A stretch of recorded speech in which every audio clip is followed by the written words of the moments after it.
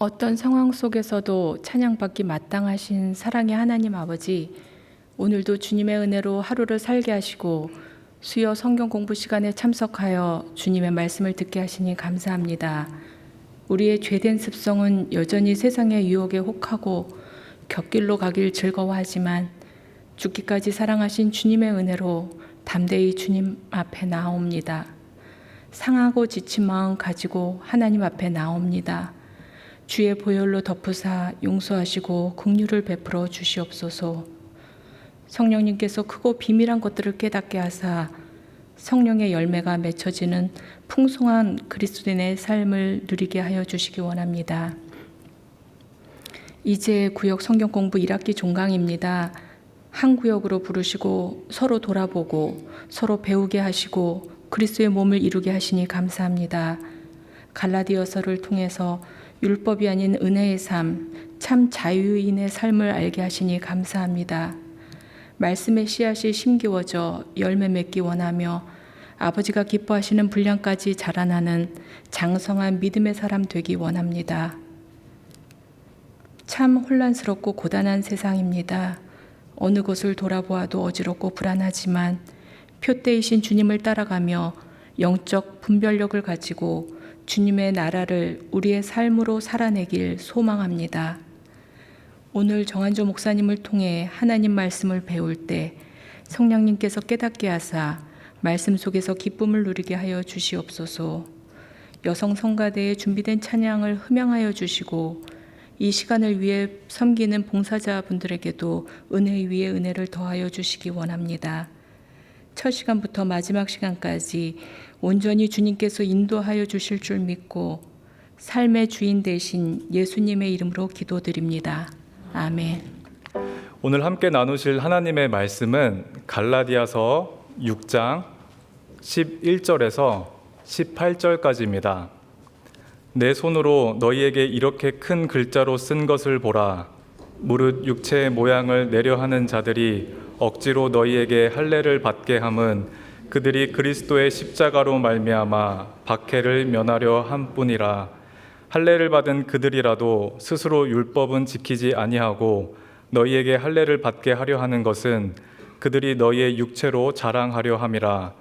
그러나 내게는 우리 주 예수 그리스도의 십자가 외에 결코 자랑할 것이 없으니 그리스도로 말미암아 세상이 나를 대하여 십자가에 못 박히고 내가 또한 세상을 대하여 그러하니라. 할례나 무할례가 아무것도 아니로되 오직 새로 지으심을 받는 것만이 중요하니라. 무릇 이 규례를 행하는 자에게와 하나님의 이스라엘에게 평강과 긍휼이 있을지어다. 이후로는 누구든지 나를 괴롭게 하지 말라. 내가 내 몸에 예수의 흔적을 지니고 있노라. 형제들아, 우리 주 예수 그리스도의 은혜가 너희 심령에 있을지어다. 아멘. 아멘.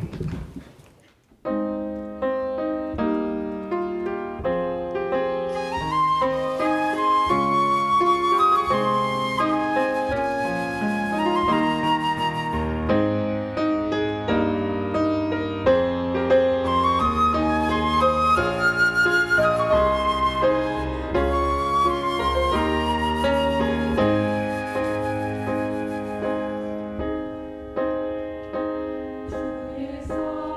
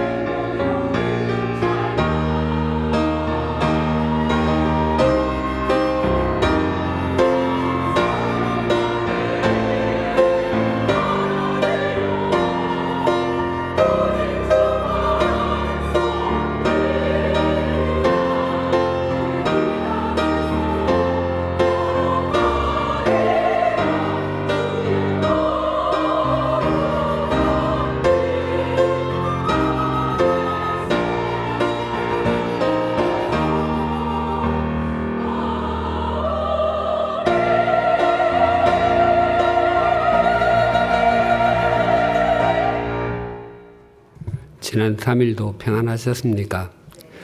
예, 오늘 이제 갈라디아서 마지막 시간인데 아쉽고 기쁘시죠, 구역장님들? 아니, 제 마음이 그렇습니다. 한 학기 이렇게 올 수 있었던 거 참 감사한 시간이었습니다. 우리 모두에게 그렇습니다. 예, 우리 교환 보도록 하시겠습니다. 예, 1번 지난 시간에 공부한 것 복습해 봅시다. 우리 지난 시간에 갈라디아서 6장 1절에서 10절 나누었습니다. 누군가에게 범죄한 일이 드러나거든 그를 바로 잡아주고 이렇게 바로 잡아주는 것은 회복시켜주는 것이라고 했습니다. 뿐만 아니라 자신도 그런 시험에 빠지지 않도록 두려워하라고 했습니다. 그리고 무거운 짐을 서로 함께 져주라고 했습니다. 뿐만 아니라 자기가 져야 할 짐은 자기가 지라고 합니다. 또한 하나님은 업신여김을 받지 않으시는 분이시라고 합니다. 이 업신여기다의 뜻이 코가 삐뚤어지다라고 말씀을 드렸는데 하나님은 결코 코가 삐뚤어지게 가만 있지 않으시는 분이십니다. 예, 또한 사람은 심는 대로 거둔다고 합니다. 예, 육체적이고 세상적인 것을 심으면 육체적이고 세상적인 것을 거두고 영적인 것을 심으면 영적인 것을 거둡니다. 그 반대로 하려고 하는 것은 성경적이 아닙니다.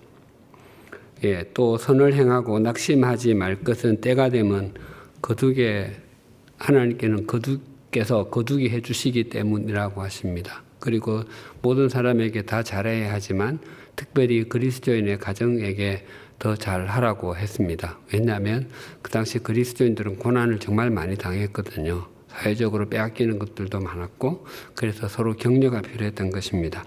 2번 주님께 잡힌 바 된 그것을 잡으려고 달려가는 사람은 반면교사와 정면교사를 통해서 성숙해져 간다. 반면교사와 정면교사를 통해서 성숙해져 간다. 어떤 사람에게 범죄한 사실이 드러났을 때 그를 바로잡아 주어야 할 뿐만 아니라 자기도 그런 유혹에 빠지지 않도록 두려워하고 자기를 돌아보라고 했습니다. 그러니까 그 사람과 또 그 사람에게서 일어난 일이 자신에게 반면교사가 되는 것이죠. 예, 우리가 어떤 사건을 보면서 어떻게 저런 일을 할 수 있을까라고 생각이 들지만 우리도 그 일을 행할 수 있습니다. 우리에게도 그런 일이 충분히 일어날 수 있습니다. 또 어떻게 사람이 저렇게 행할 수 있지? 예, 이미 사실은 자기도 행하면서 감추고 있을 수도 있습니다. 예, 안 그런 척하고 있지만 사람은 안 그런 척을 잘 하잖아요. 일반 동물들은 본능에 따라 살기 때문에 잘 못하지만 사람은 너무 잘 하거든요. 예, 그런 말 있죠. 가장 지혜로운 사람은 역사를 보고 배우고 지혜로운 사람은 다른 사람의 모습을 배우고 어리석은 사람은 스스로 경험하고서 배운다고 합니다. 그런데 우리가 역사를 통해서 아는 것은 사람들은 역사를 통해서 아무것도 배우지 않는다는 사실입니다. 왜냐하면 그래서 나온 말이 역사는 반복된다입니다. 예, 그 유사한 일들이 뭐 몇 년 주기로 계속 반복되지 않습니까? 예, 우리의 인생길에는 반면교사와 같은 사람 또 그런 사건도 있고 또 정면교사와 같은 사람 그리고 그런 사건도 있습니다. 우리가 가만히 생각해 보면 하나님께서 우리에게 보여주시는 것들이 정말 많습니다. 믿음은 어떤 사건이 일어나는 것이 아니라 그런 사람, 사건에 대한 해석입니다. 믿음이 좋아지는 길은 일어난 일에 대해서 해석을 잘하는 것입니다. 해석을 잘하면 믿음이 점점 더 깊어지고 하나님께서 함께 하심이 또렷하게 느껴지지만 해석을 잘못하게 되면 하나님께 등을 돌리거나 세속을 향하게 됩니다.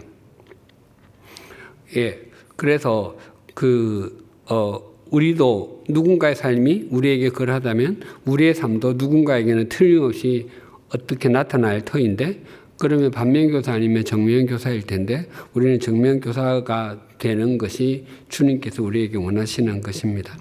B번 주님께 잡힌 바 된 그것을 잡으려고 달려가는 사람은 하나님의 섭리의 통로가 된다. 하나님의 섭리의 통로가 된다. 시편에 보면 내 짐을 여호와께 맡기라고 그랬거든요. 또 예수님께서 지난주에도 말씀드렸듯이 수고하고 무거운 짐을 진 사람들은 다 내게로 오라고 했습니다. 그러니까 하나님께 짐을 맡기고 주님께로 오라고 했는데 바울은 너희가 서로 짐을 지라, 또 자기 짐은 자기가 알아서 잘 져라, 그렇게 얘기했습니다. 그것은 바울이 그 구약 시편의 말씀이나 예수님의 말씀을 몰랐기 때문이 아니라 하나님은 사람을 통해서 역사하시기 때문입니다. 한번 우리의 인생을 돌아보면 하나님께서 꿈에 짠 나타나서 한조야 너 이렇게 해, 아니면 저렇게 해, 무슨 일이 일어날 거야, 이런 적 한 번도 없거든요. 그런데 누군가 스쳐 지나가고 어떤 사건이 있었는데 지나가 보면 그게 하나님의 너무 또 진하신 역사하심이었던 겁니다. 예, 우리가 서로 돕고 자기 짐을 지면서 하나님께서 이 일을 통해서 내게 이렇게 말씀하시는구나를 깨닫게 됩니다. 예, 그래서 자기의 짐을 지고 또 서로 힘든 무거운 짐을 함께 져주는 것이 그리스도의 법을 성취하는 것이라고 말씀하는 것입니다. 예, 그러기 위해서는 우리가 자기 짐도 잘 지고 다른 사람의 짐을 무거운 짐을 함께 잘 지기 위해서는 속사람이 강건해야 합니다. 속사람이 강건하지 않은 사람은요, 자기 짐도 질 수도 없고요, 다른 사람 짐은 더 말할 필요도 없습니다. 예, 어린 아이가 태어나서 세월이 지나면 어른이 되지 않습니까? 그 아이가 더 온전해진다고 하는 것은 자기가 자기 나이 때에 제 역할을 스스로 잘 해내는 것, 그것이 어른으로 성장되어 간다는 증거입니다. 우리의 속사람이 자라가는 것도 마찬가지입니다. 예, 우리가 해야 될 일, 그 영적이든 또 아니면 세상에 쓰이는 일이든 그거 잘 감당하고 또 어려운 사람 잘 돕고 그것이 건강하게 자라가는 것입니다. 예, 우리의 속사람이 강건해져 가는 것이 우리 자신을 바르게 세우는 것일 뿐만 아니라 우리 가정, 우리 사회를 바르게 세워가는 지름길입니다. 10번, 주님께 잡힌 바 된 그것을 잡으려고 달려가는 사람은 스스로 결과를 보려고 하지 않는다. 스스로 결과를 보려고 하지 않는다. 우리가 선을 행하고 낙심하지 않고 포기하지 않으면 때가 되면 거둔다고 했습니다. 하나님께서 그렇게 약속하셨는데 그 때는 우리가 정한 때가 아니라 하나님께서 정하신 때, 카이로스입니다. 예, 하나님은 우리에게 사명을 주시는 분이시지만 그 사명의 과정을 끝까지 다 하지 않게 하실 수도 있습니다. 이제 중간에 그만, 너는 여기까지라고 말씀하실 수도 있습니다. 이 말씀을 준비하면서 불현듯 떠오르는 사람이 모세인데요. 예, 이스라엘 자손의 출애굽과 그들의 40년 동안의 광야 생활에 그 누구보다도 대표하는 하나님의 통로는 모세였습니다. 예, 그런데 하나님께서는 모세에게 너 가나안 땅 못 들어간다고 했습니다. 예, 그 모세가 그 하나님께 읍소하지 않습니까? 구하옵 날이 나를 건너가게 하사 저 요단 저쪽에 있는 아름다운 땅, 아름다운 산과 레바논을 보게 해주십시오. 그런데 하나님께서 그만해라. 더 이상 이 일로 나에게 구하지 마라. 예, 영화의 한 대목으로 말하면 그만해라. 많이 묻다 이가. 예, 끝이라는 겁니다. 예, 거기에서 모세는 스톱했습니다. 예, 그것이 믿음입니다. 예, 그래서 바울도 이런 말을 하죠. 나는 심었고 아볼로는 물을 주었지만 오직 자라게 하시는 분은 하나님이시다. 그 열매는 누가 딸지 모릅니다. 예. 이재수 목사님께서 2018년까지 13년 동안 하고 가시고 또 이제 그 다음 저희 공동탄임들이 때가 되면 또 물러나게 될 것입니다. 그럼 또 다른 사람 채워지겠죠. 그때 이루어지게 하는 일들은 하나님께서 행하실 것입니다. 우리가 지금은 이렇게 있지만 50년 후에는 거의 이 자리에 또 없을 가능성이 많겠죠. 아무튼 우리가 없으면 또 다음 세대가 우리 이 교회에서 그 일을 이루어 가시는 것입니다. 예, 자신이 모든 과정에 다 개입하고 모든 과정의 결과도 다 누리려고 한다면 그것은 하나님께 대한 월권일 수 있습니다. 예. 모세에게 하나님께서 이제 그만 구해라 라고 말씀하시는 것처럼 이젠 그만 너 역할은 여기까지야 라고 말씀하실 수 있습니다. 그때 우리는 겸손할 수 있어야 합니다. 2번 빌립보서 3장 12절과 갈라디아서 6장 7절 암송해 봅시다. 우리 빌립보서 같이 한번 암송해 볼까요? 시작. 내가 이미 얻었다 함도 아니요 온전히 이루었다 함도 아니라 오직 내가 그리스도 예수께 잡힌 바 된 그것을 잡으려고 달려가노라. 아멘. 갈라디아서 6장 7절 스스로 시작. 스스로 속이지 말라. 하나님은 업신여김을 받지 아니하시나니 사람이 무엇으로 심든지 그대로 거두리라. 이 하나님의 사필기죠. 이게 하나님의 중요한 원칙 가운데 하나이고요. 또 하나님의 자비, 이 두 개가 저는 가장 또렷한 하나님의 큰 원칙이라는 생각이 늘 들곤 합니다. 오늘 이제 8절 남았는데 그 전에 한번 개략적으로 한번 갈라디아서를 돌아보려고 합니다. 원래 이 제목을 갈라디아서 돌아보기라고 붙이지 않고 하기 시습지면 이렇게 붙이려고 했는데 공자의 그 삼락이 있지 않습니까? 배우고 익히면 뭐 뜻대로 기쁘지 아니한 건데 너무 문자 쓰는 것 같아서 좀 한자를 잘 모르는 청년들이 너무 싫어할까 싶어가지고 그렇게 붙이지 못하고 갈라디아서 돌아보기라고 썼습니다. A번 1장 1절 우리 같이 한번 먼저 읽어볼까요? 사람들에게서 난 것도 아니요 사람으로 는 것도 아니요 오직 예수 그리스도와 그를 죽은 자 가운데서 살리신 하나님 아버지로 말미암아 사도된 바울은 내가 맡은 역할은 하나님께로부터 왔음을 인지한다. 이 뒤에도 그런 말이 있죠. 뭐 혈육과 이런 은하지 않았다. 아라비아 광야로 갔다 등등. 바울은 하나님과 자신과의 관계 속에서 먼저 모든 것을 정립을 했습니다. 그리고 바울이 우리가 아는 바와 같이 또 뒤에도 나오게 되겠지만 수많은 고난들을 많이 받았는데 그럼에도 불구하고 흔들리지 않았던 것은 이 자기에게 이 사도 역할을 주신 분이 하나님이시라는 것입니다. 그 사도 바울뿐만 아니라 성경에 나오는 수많은 사람들이 믿음의 길을 끝까지 간 사람들은 똑같습니다. 하나님께서 자신을 그 자리에 세워주셨다고 하는 그 믿음. 참 바울을 생각하면 참 신비한 게 한두 가지가 아닌데 그 처음에 말씀드린 기억이 있는데 그 예수님께서 3년 동안 제자들과 동고동락하지 않았습니까? 거기에는 바울은 없었거든요. 그런데 이방인을 그러니까 유대인들을 위한 사역은 제자들을 보내시고 이방인을 위한 사도는 그 3년 동안 함께 동고동락했던 제자들을 부르지 않으시고요. 바울을 부르셨습니다. 신비하지 않습니까? 하나님 역사가 그럴 수 있습니다. 또 우리도 무슨 일을 하든 어디에 있든 이것을 지켜가는 힘은 이 일을 시작하신 분이 하나님이시라고 하는 의식입니다. 청년들에게 그런 얘기, 그 결혼하는 청년들에게 잘 얘기하는데 가정을 끝까지 견고하게 지켜가는 그 힘이 뭔지 아느냐? 돈이냐, 명예냐, 뭐 권력이냐 그런 거 아닌 거 우리 너무 다 잘 알고 있고 그러면 사랑이냐? 우리 사랑도 흔들리고 하지 않습니까?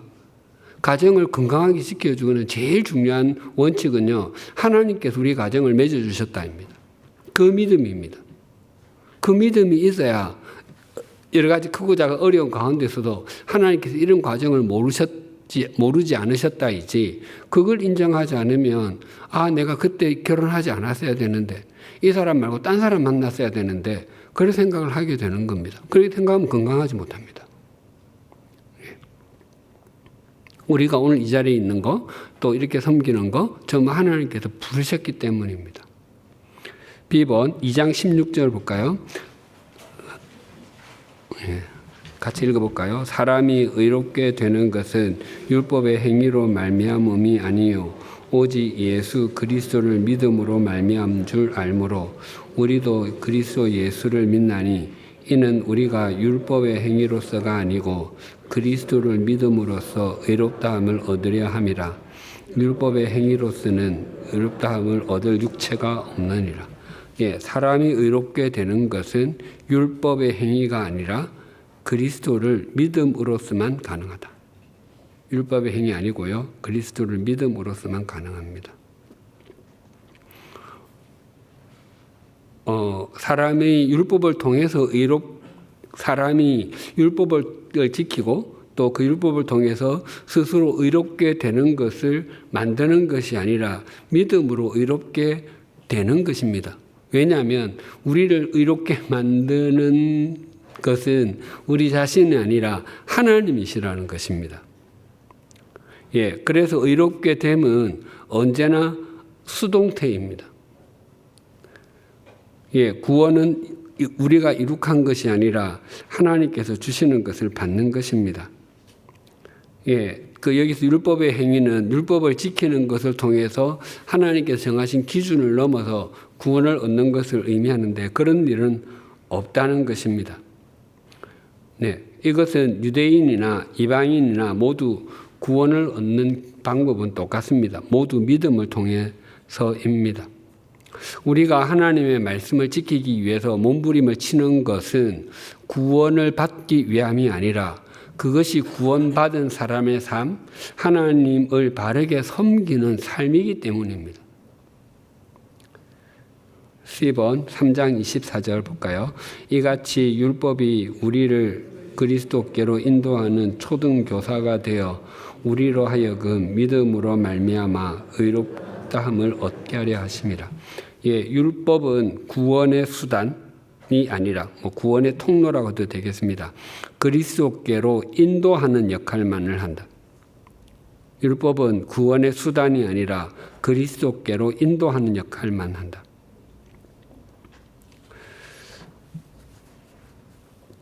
그 초등교사가 되었다고 하는데 이 초등교사는 그 어린 아이를 이끌어주는 사람이라는 그 뜻인데요. 그 노예 제도가 있을 때에 노예 중에서 총명한 사람을 세워서 그 사람에게 이 아이가 자랄 때까지 보통 한 16살 정도 될 때까지 보통 대여섯 살부터 시작해서 한 10년 동안 그 아이를 가르치는 우리나라로 과거로 하면 개인 훈장입니다.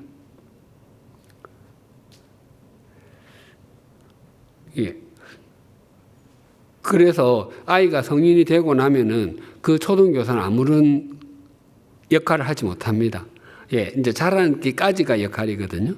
예, 아무리 훈육할 때 그 주인의 아들을 야단도 치고 심지어 회초리질을 할 수 있을지라도 그의 신분은 종입니다. 주인의 아들이 훨씬 높습니다. 그래서 율법은 우리의 상태를 보여주는 거울, 진단서, 계산서 등과 같습니다. 거울이라고 하는 것은 우리의 얼굴이 너무너무 더러운 거예요. 근데 그 거울을 한 10번, 아니 한 100번 보면 얼굴이 깨끗해지냐? 아니에요. 1000번, 10,000번을 봐도 그냥 상태만 확인시켜 주는 거예요. 그러면 거울을 보고 내 얼굴이 엉망이라는 사실이 깨달아지면은 영원한 비누와 같은 분이신 주님이 필요하다는 것을 알게 됩니다. 주님께 가야 깨끗해지는 거예요. 예. 또 진단서 마찬가지예요. 내 몸에 온갖 세상에 몇 종류의 암이 있는지 모르겠는데 모든 암이 다 걸려 있어요. 예, 그 진단서를 보니까 한마디로 말하면 그냥 사망의 암이 걸려 있어요. 그 진단서를 1000번, 10,000번 끊어도 그 끊는 것과 내 몸이 나아지는 것과는 상관이 없습니다. 예, 영원한 의사이신 주님께 가야지 그 죽음의 권세를 깨뜨리고 영원한 생명이 주어질 수 있다는 겁니다. 그래서 그걸 볼수록 그 진단서를 볼수록 내가 영원한 의사이신 분을 만나야 되는 것을 알게 되는 것입니다. 또 계산서도 마찬가지예요. 그 물건을 샀는데 너무 그 목숨을 생명값으로 줘야 될 정도로. 예, 예를 들어 내가 가진 것은 10,000원밖에 없는데 물건값은 100조 원이에요. 갚을 수가 없죠. 그러면 그 계산서를 수없이 많이 본다고 해도 아무런 도움이 안 됩니다. 그것을 낼 수 있는 분을 찾아야 된다는 것을 가야 된다는 것을 알게 됩니다. 예. 그래서 율법은 우리가 죄인인 것을 아주 또렷하게 알려줍니다. 가까이 가면 가까이 갈수록. 그래서 바울은 거기에서 우리가 복음으로 넘어왔는데 다시 넘어가려고 하는 것은 되돌아가려고 하는 것은 어리석은 것이다라고 말하는 것입니다. D번 5장 13절 볼까요? 형제들아 너희가 자유를 위하여 부르심을 입었으나 그러나 그 자유로 육체의 기회를 삼지 말고 오직 사랑으로 서로 종노릇하라. 그리스도로부터 자유를 얻은 사람은 그 자유로 서로 종노릇한다. 예, 그래서 진정한 자유는 크게 두 가지로 나눌 수 있는데 무엇으로부터 벗어나는 자유, 그것이 이렇게 소극적 자유라면 무엇을 향하는 자유도 있습니다. 그것은 적극적 자유라고 할 수 있습니다. 예, 우리가 죄와 율법에 대해서는 소극적 자유를 누려야 합니다. 거기서 벗어나야 되고요. 언약과 섬김에는 적극적 자유를 누리는 것이 바른 그리스도인의 삶입니다.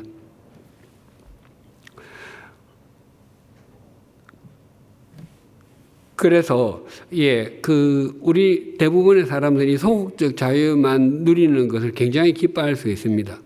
그런데 중요한 것은 하나님께서는 이 적극적 자유, 스스로 종이 되어서 섬기는 사람을 통해서 역사하십니다.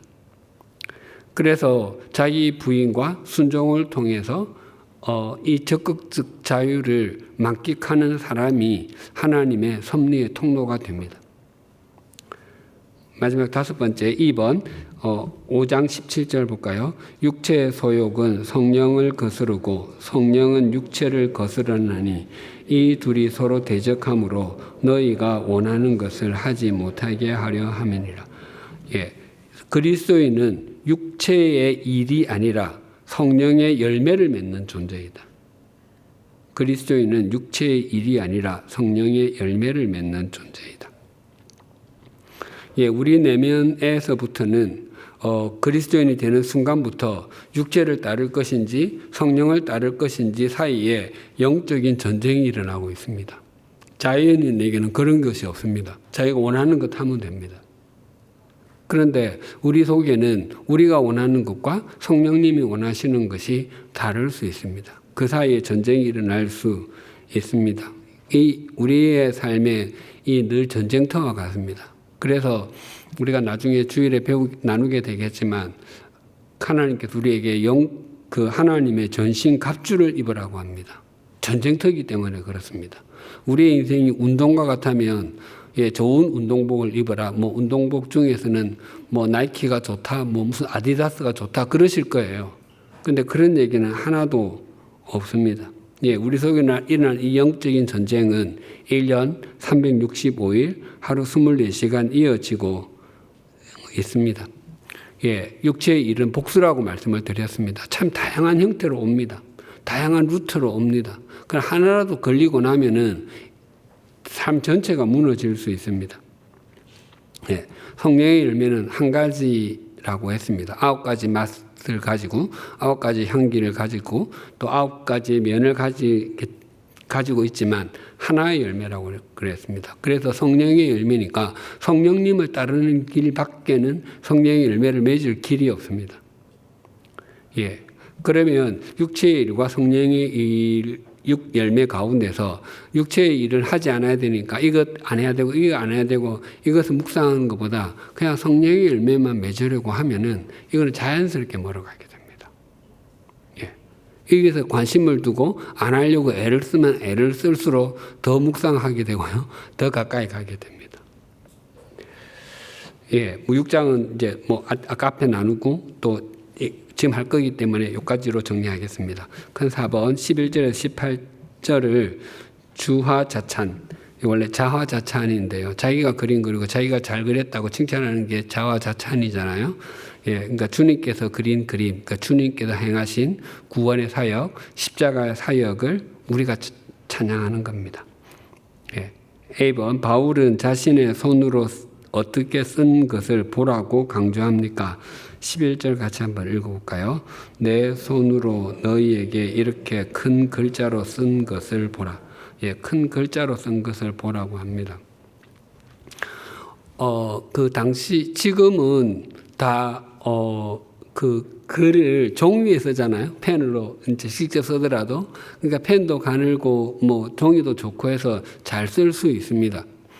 근데 당시는 지금과 같은 종이가 없었고 그 쓸 수 있는 것은 크게 두 가지인데요. 양피지 아니면 파피루스입니다. 양피지는 워낙 고가여서 일반인들이 대하기가 좀 어려웠고요.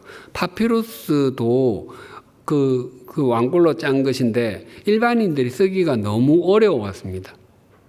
왜냐하면 이제 그 가격도 비싸니까 거기다가 최대한 작은 글씨를 반듯하게 써야 될 거 아니에요. 일반인들이 잘 못 쓰니까 그것을 대필해 주는 사람들이 있었던 것입니다. 예전에 한번 말씀드린 것 같은데 옛날에 그 법원 근처에 가면은 대서소가 있었습니다. 지금은 없어진 것 같아 본 기억이 없는데 사람들이 법률적인 지식이 없으니까 또 정확하게 써야 되니까 그런 데 가서 자신의 상황을 이야기하고 정확하게 쓰도록 또 당신은 한자도 많이 쓰고 했으니까 한자 같은 걸 잘 모르면 그분들에게 좀 써달라고 했던 것이죠. 그런 것과 좀 비슷하다고 할 수 있습니다. 그래서 그 바울이 그 로마서도 그 대필자를 썼는데 그 로마서 16장 22절 볼까요? 이 편지를 기록하는 나 더디오도 주 안에서 너희에게 문안하노라. 그러니까 바울이 아마 이제 앞에까지 쭉 다 불러줬을 거예요. 그대로 다 썼을 거예요. 그 끝에 드디어가 자기도 아마 틀림없이 그리스도인에게 좀 한마디 슬쩍 넣은 거예요. 이 편지를 기록하는 나 드디어도 주 안에서 너희에게 문안하노라. 나도 똑같이 문안합니다. 저도 바울 선생님의 마음과 똑같습니다. 이렇게 그냥 슬쩍 넣은 것입니다. 갈라디아서도 아마 그랬을 가능성이 좀 많다고 보고요. 그러고 나서 그런데 갑자기 이제 이 큰 글씨부터는 바울이 직접 쓴 거예요. 이제 자기는 바울이 글을 쓰지 못하지는 않았을 거라고 생각을 합니다. 그 당시 학문을 보면. 그런데 아마 이 대필하는 사람만큼은 잘 쓸 수가 없다는 생각이 첫째로 들고, 그리고 바울이 그 주님을 그 다메섹으로 가다 만났을 때 사흘 동안 눈이 멀었잖아요. 그래서 바울이 몸에 있는 가시가 안질이다라고 말하는 학자들도 있거든요. 그러니까 이제 눈이 좀 잘 안 보이니까 글씨를 작게 쓸 수 없는 거예요. 그래서 큰 글씨로 썼을 거다라고 보기도 합니다. 어쨌든지 바울이 지금부터는 내가 직접 쓴다고 하는 것을 이 큰 글자로 쓴다는 거예요. 마치 우리가 편지지에 이제 편지 쓰고 나중에 끝에 뭐 몇 년, 몇 월, 며칠 뭐 이제 보낸 사람 이름 쓰잖아요. 정한조 이렇게 만약에 쓸 때 다른 글자보다 이름을 더 크게 쓰잖아요. 그렇게 쓴 것처럼 바울이 지금부터 내가 쓴다 아니면 이 내용은 굉장히 중요하다는 의미로 큰 글자로 쓴다고 하는 것으로 보입니다. B번 육체의 모양을 내려고 하는 사람들, 즉 할례를 받은 사람들이 갈라디아 교회에게 할례를 받으라고 강요한 것은 그들이 무엇 때문에 받는 박해를 면하기 위함이었습니까? 12, 13절 볼까요? 무릇 육체의 모양을 내려 하는 자들이 억지로 너희에게 할례를 받게 함은 그들이 그리스도의 십자가로 말미암아 박해를 면하게 할 뿐이라. 할례를 받는 그들이라도 스스로 율법을 지키지 아니하고 너희에게 할례를 받게 하는 것은 그들이 너희의 육체로 자랑하게 하려 함이라. 그리스도의 십자가입니다.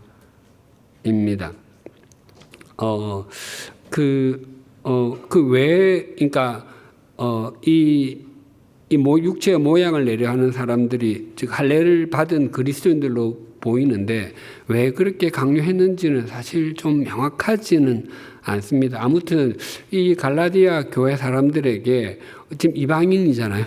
이 사람들에게 자기처럼 할례를 받으라고 지금 강요를 했다는 것입니다. 그렇게 자꾸 꾸며서 자기들과 똑같이 만들려고 했다는 것인데 그냥 그 할례당 그리스도인들이 자기들이 말씀을 다 지키도 않으면서 이것만 지키려고 한다는 것을 비꼬아서 지금 이렇게 얘기하는 것 같습니다.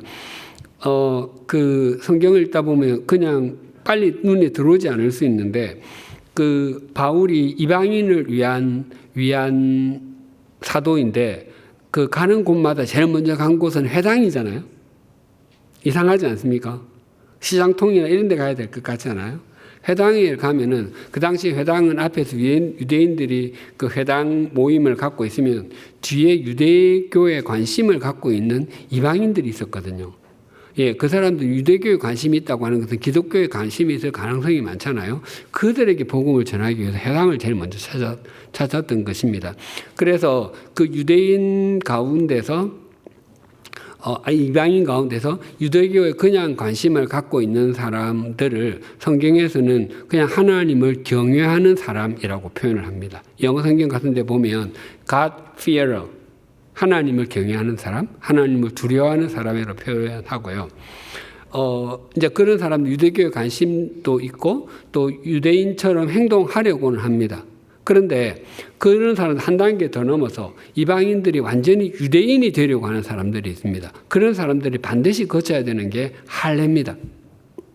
그 할례 받은 사람들을 그 영어 성경에서는 프로슬라이트라고 되어 있는데요. 한번 들어보십시오. 그 예수님께서 그 서기관들 바리새인들에게 이렇게 말씀하셨습니다. 너희는 교인 한 사람을 얻기 위하여 바다와 육지를 두루 다니다가 이렇게 표현하는 교인 한 사람, 이것을 보면 그 영어 성경에 프로슬라이트라고 되어 있습니다. 그러니까 이방인 가운데서 유대교로 완전히 들어온 사람.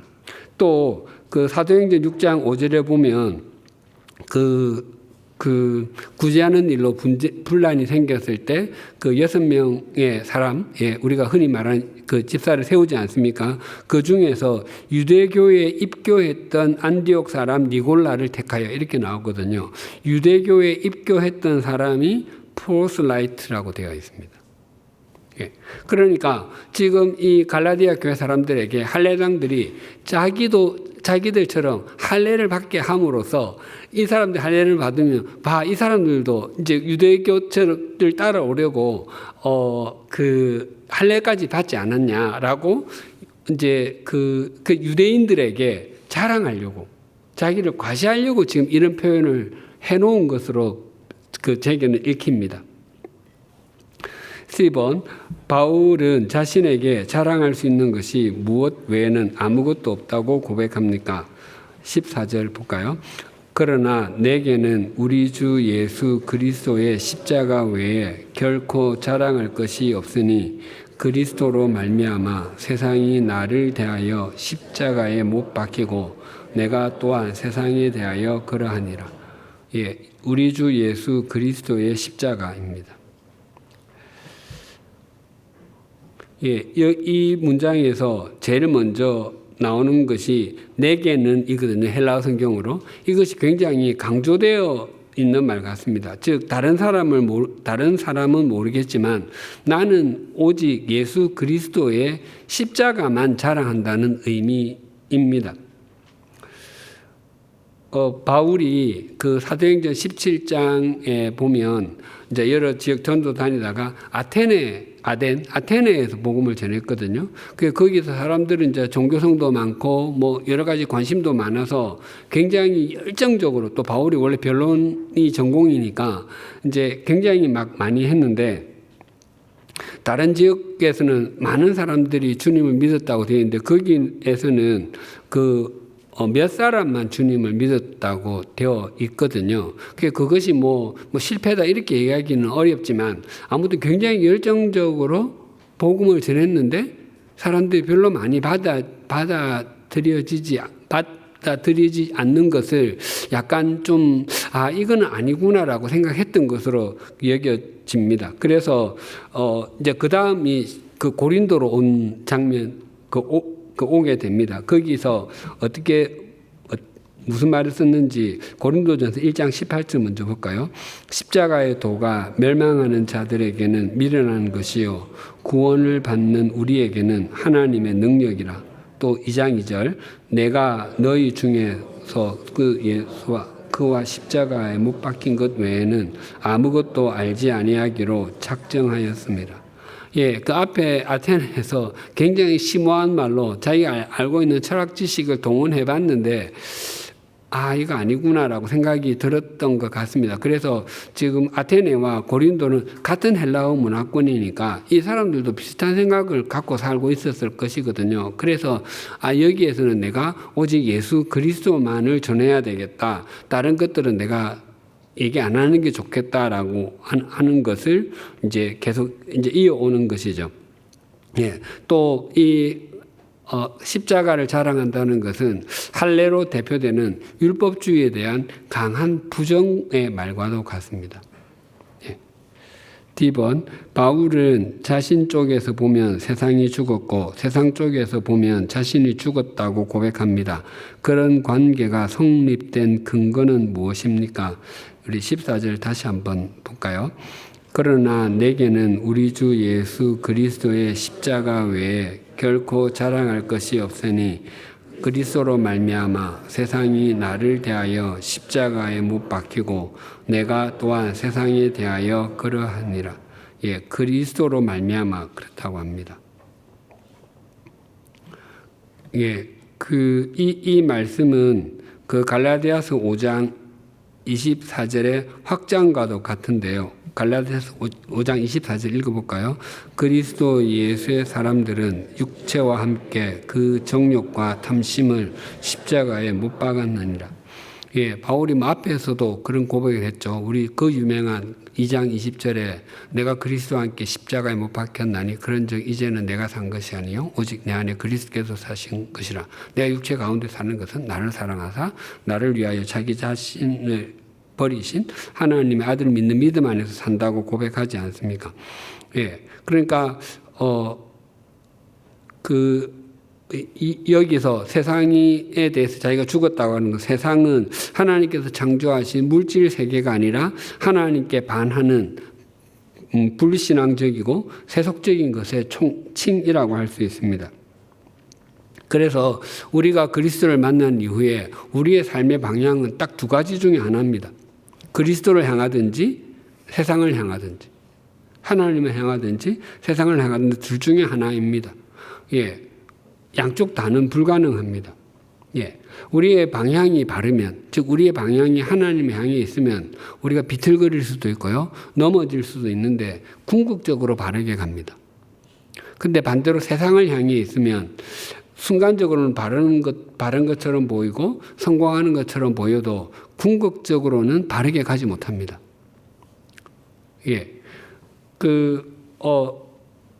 어릴 때 운동장에서 이제 금을 긋고 무슨 놀이할 때가 좀 자주 있지 않았습니까? 저도 잘 놀았던 기억이 있는데, 그러면 금을 길게 쭉 꺼야 될 때는 방법은 딱 한 가지입니다. 손에 작대기 들고요, 멀리 움직이지 않는 지점에 딱 시선을 두고 땅을 보지 않고 그냥 거기로 달려가는 겁니다.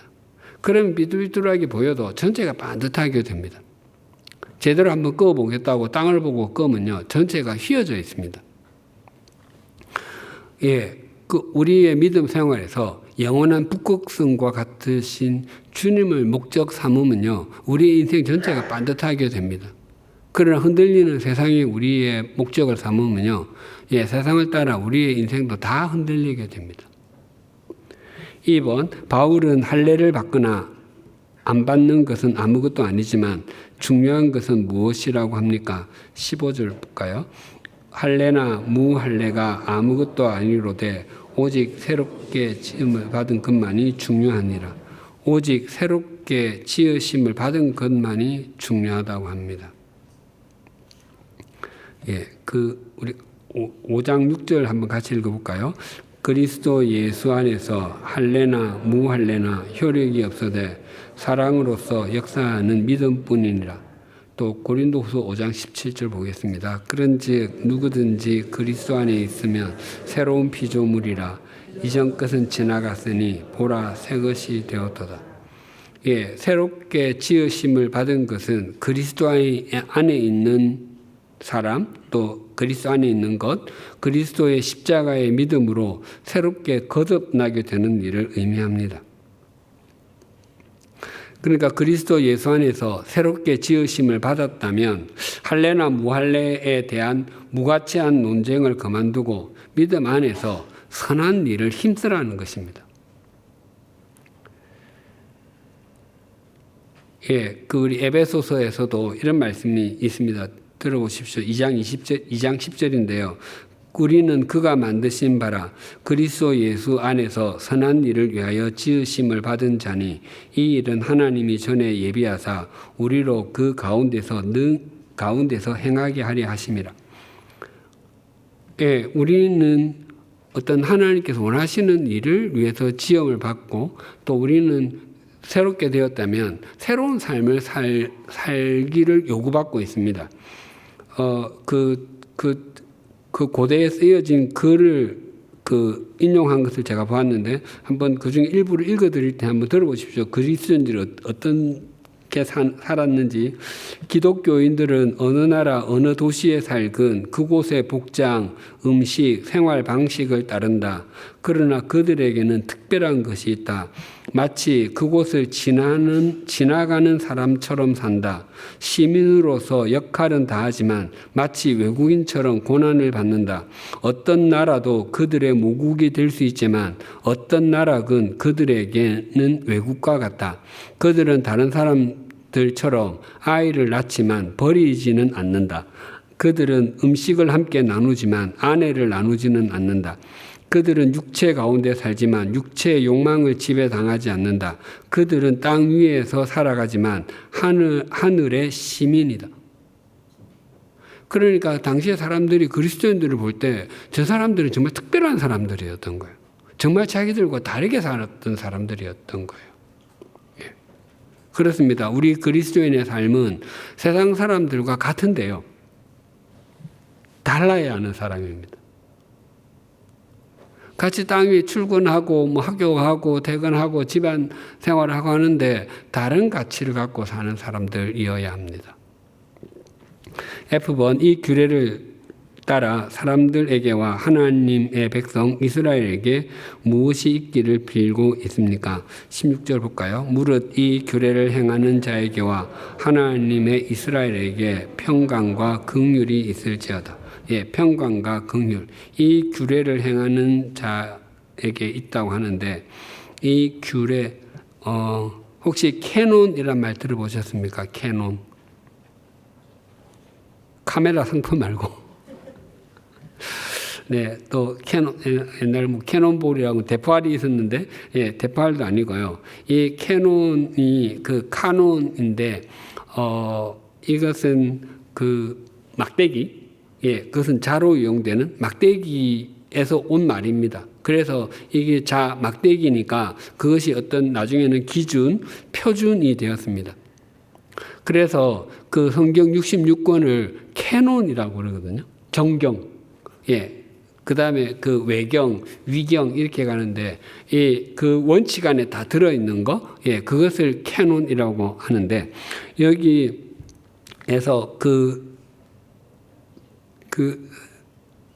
이 새로 지으심을 받은, 그러니까 15절에서 할례나 무할례가 아무것도 아니로되 오직 새롭게 지으심을 받는 것만이 중요하다고 했는데, 새로 지으심을 받은 사람은 그 사람답게 그 사람에게는 평강과 긍휼이 있다는 의미로 지금 여겨집니다.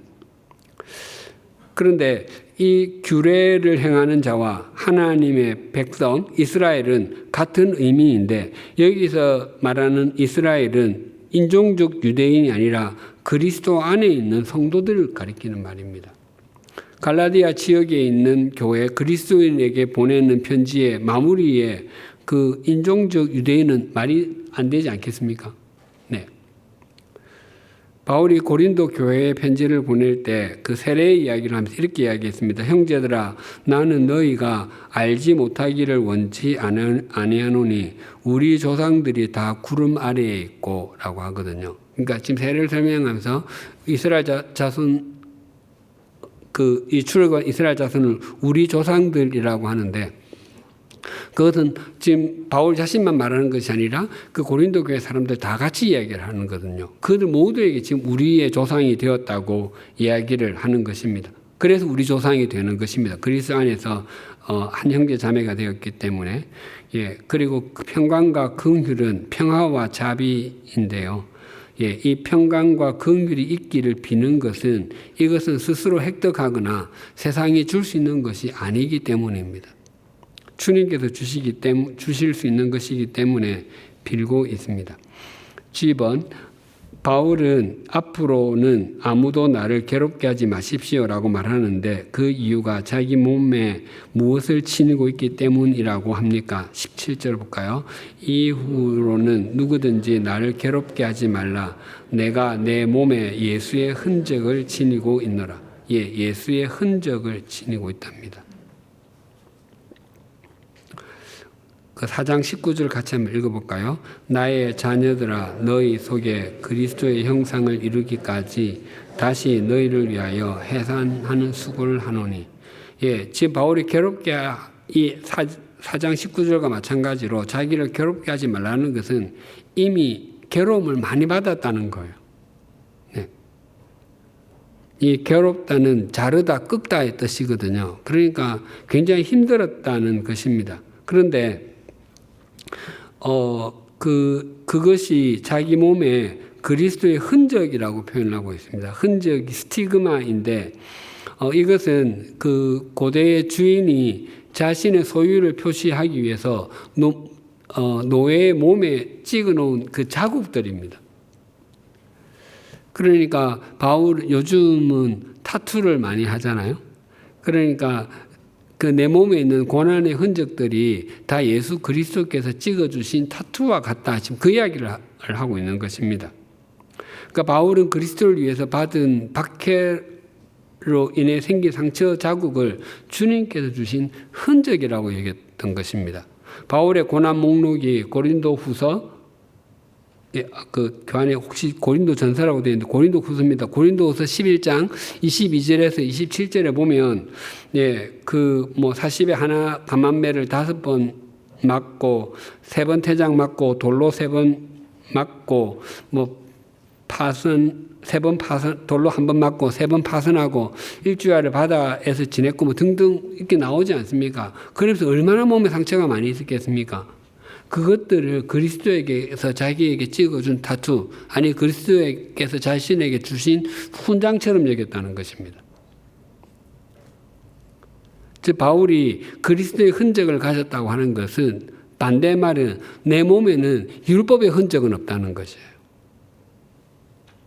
H번 바울은 갈라디아 교회에게 우리 주 예수 그리스도의 은혜가 어디에 있기를 빌었습니까? 18절 볼까요? 형제들아 우리 주 예수 그리스도의 은혜가 너희 심령에 있을지어다. 아멘. 뭐 다른 성경도 편지도 마찬가지인데 갈라디아 교회에 보내는 편지 첫머리에 하나님 우리 주 아버지와 주 예수 그리스도로부터 은혜와 평강이 있기를 원한다라고 했거든요. 그리고 마지막에도 우리 주 예수 그리스도의 은혜가 너희 심령에 있을지어다. 은혜에서 시작해서 은혜로 끝납니다. 그러니까 은혜 아니면 뭐 서지 못하리, 살지 못하리. 그 찬양과 똑같은 거죠. 중요한 것은 그 은혜는 자격 없는데 받는 거잖아요. 바울이 이제 그것을 고백하는데 그 은혜가 있어야 되는 곳이 우리의 심령이라고 합니다. 뭐 네가 가진 재산에 뭐 은혜가 있으면 좋겠다. 이러면 얼마나 좋겠습니까? 근데 그것보다 이 우리의 심령, 우리 속 사람이 중요하기 때문입니다. 우리의 속 사람이 그 무엇보다도 중요하기에 여기가 은혜가 있지 않고 여기가 강하지 않으면 외적인 조건이 좋고 남들이 부러워할 만한 것이어도 얼마 지나지 않아서 그것은 정말 그 인생을 무너뜨린 흉기로 변할 수도 있거든요. 그래서 우리의 영혼이 맑고 밝고 건강하다면 아마 우리 삶의 문제와 고통은 거의 대부분 사라지지 않을까요? 그래서 바울은 주 예수 그리스도 은혜가 너희 심령에 있어야 한다고 말합니다. 그래서 나중에 구역에서 한번 나눠보시고 이 자리에서도 우리 옆에 있는 분에게 우리 주 예수 그리스도 은혜가 뭐 땡땡님의 심령에 있기를 빕니다라고 한번 인사해 볼까요?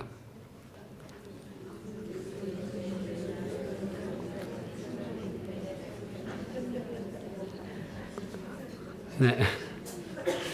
이 한 학기 동안 갈라디아서를 나누면서 마지막으로 제가 교우님들께 해줄 해 드릴 수 있는 최대의 말도 우리 주 예수 그리스도의 은혜가 성도님들에게 심령에 있기를 빕니다. 이 말입니다.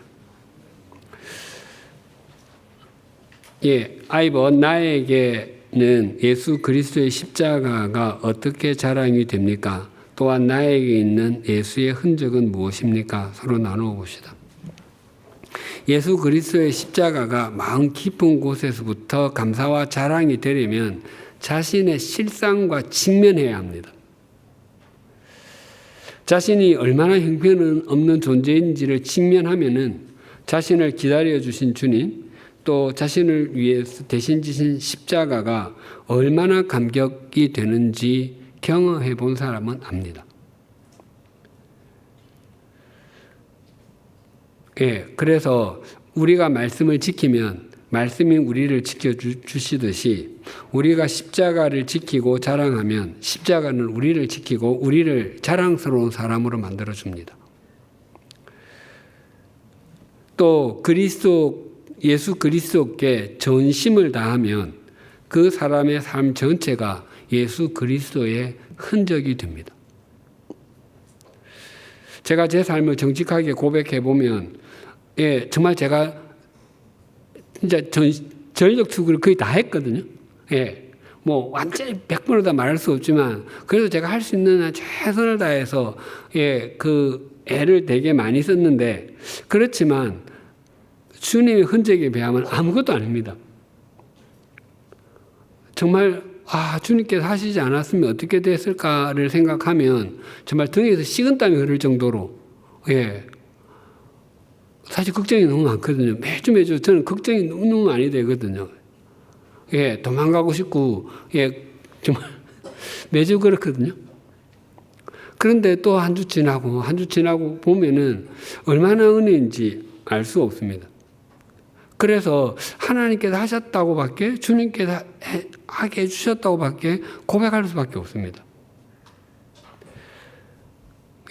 꼭 이런 것 전체가 아니더라도 어떤 특정한 일에 정말 이때는 정말 주님이 많이 봐주신 것 같아요. 이런 것도 나누어 보는 것도 좋겠습니다. 그럼 5번 오늘 배운 것을 적용하여 정리해 봅시다. A번 주님께 잡힌 바 된 그것을 잡으려고 달려가는 사람은 삶으로 회고록이 아니라 참회록을 쓴다. 삶으로 회고록이 아니라 참회록을 쓴다.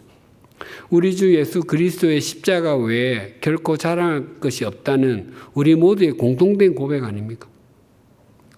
세계 3대 고백록 또는 3대 참회록이 그 아우구스티누스 즉 어거스틴의 고백록, 톨스토이 참회록, 루소의 고백록이라고 합니다. 혹시 세계 3대 회고록 들어본 적 있습니까? 저는 없습니다. 제가 가장 잘 아는 그 회고록 같은 책은 안네 프랑크의 일기입니다. 안네 일기 말고는 제가 기억나는 게 없습니다. 회고록은 자신의 삶을 자랑하는 이야기라면 참회록은요, 그리스도와 그리스도의 십자가를 자랑하는 이야기입니다.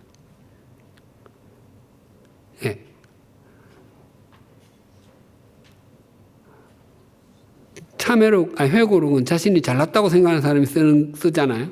근데 읽어도 잘났다고 생각이 잘 안 됩니다. 근데 회고록은 자신이 정말 형편없고 못난 존재라고 썼는데 보면 너무너무 안 좋은 사람이 아닌 거예요.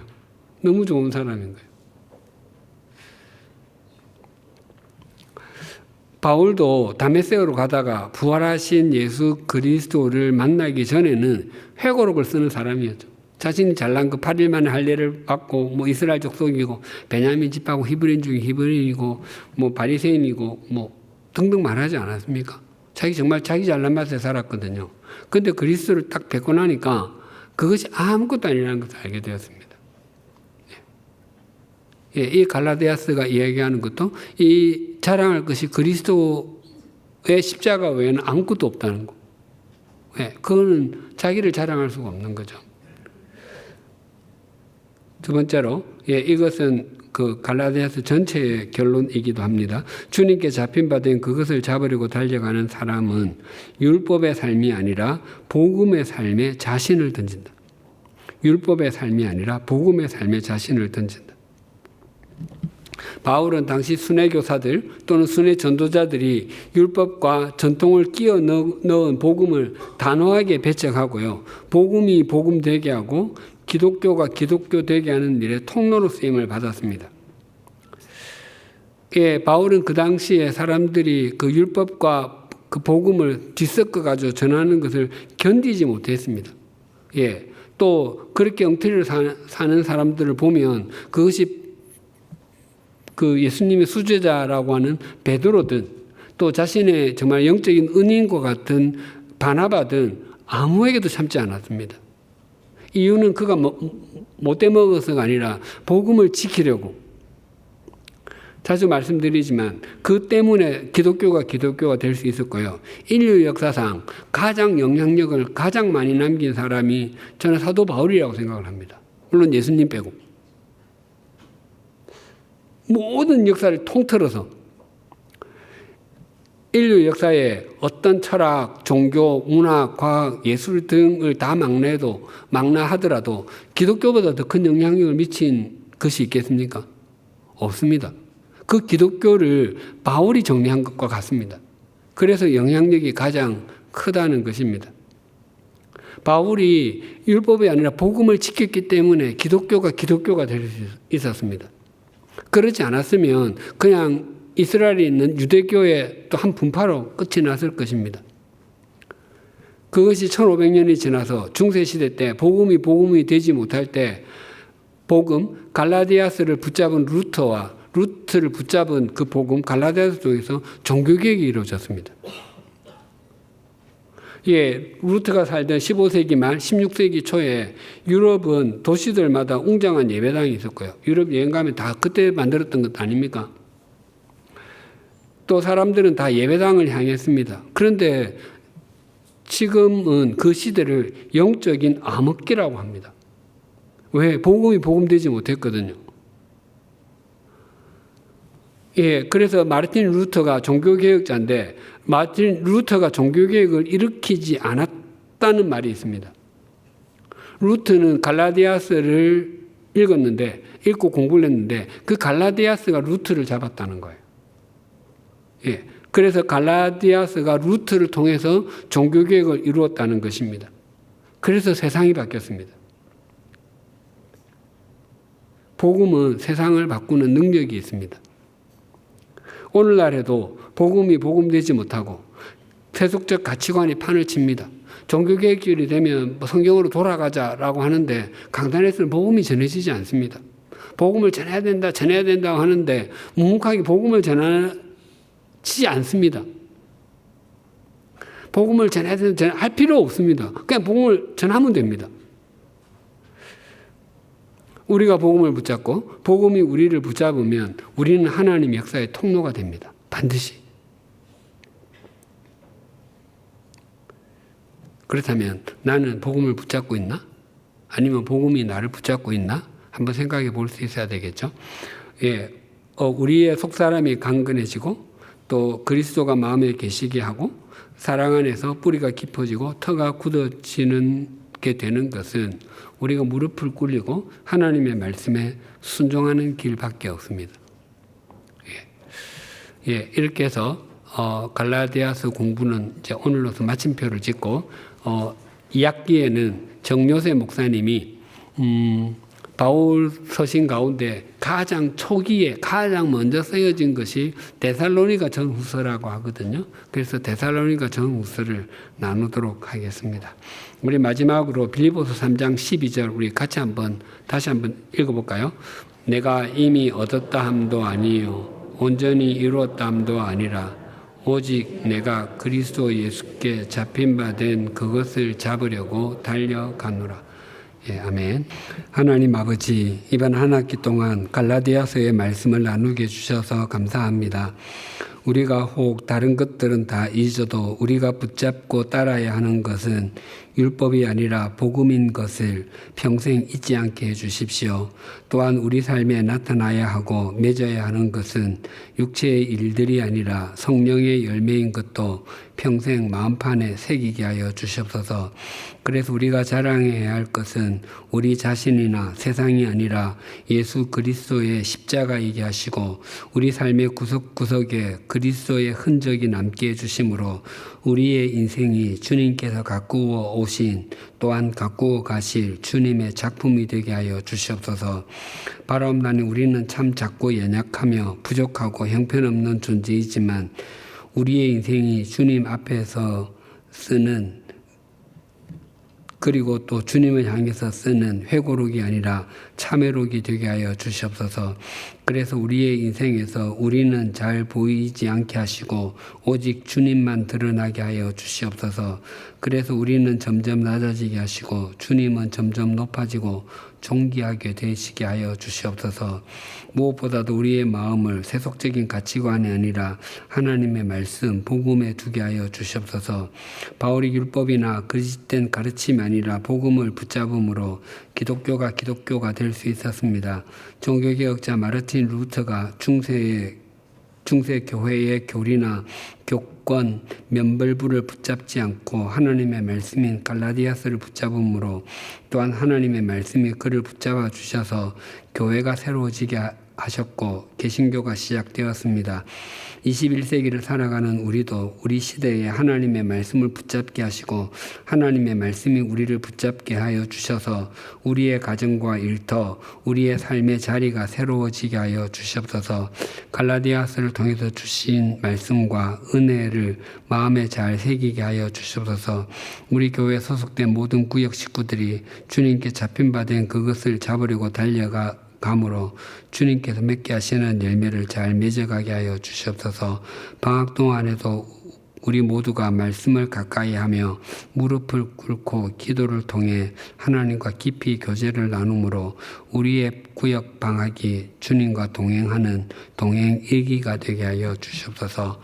예수님의 이름으로 기도드리며 우리 주 예수 그리스도의 은혜와 하나님 아버지의 사랑과 성령님의 교통하심이 말씀과 기도를 통해 회고록이 아니라 참회록을 쓰는 삶을 살며 복음의 삶을 더욱 신실하게 살아내기를 소망하고 결단하는 주님의 사람들과 100주년 기념교회 위에 또한 구역 모임과 구역장 권찰들 위에 지금으로부터 영원토록 함께 해주시기를 간절히 축원하옵나이다. 아멘.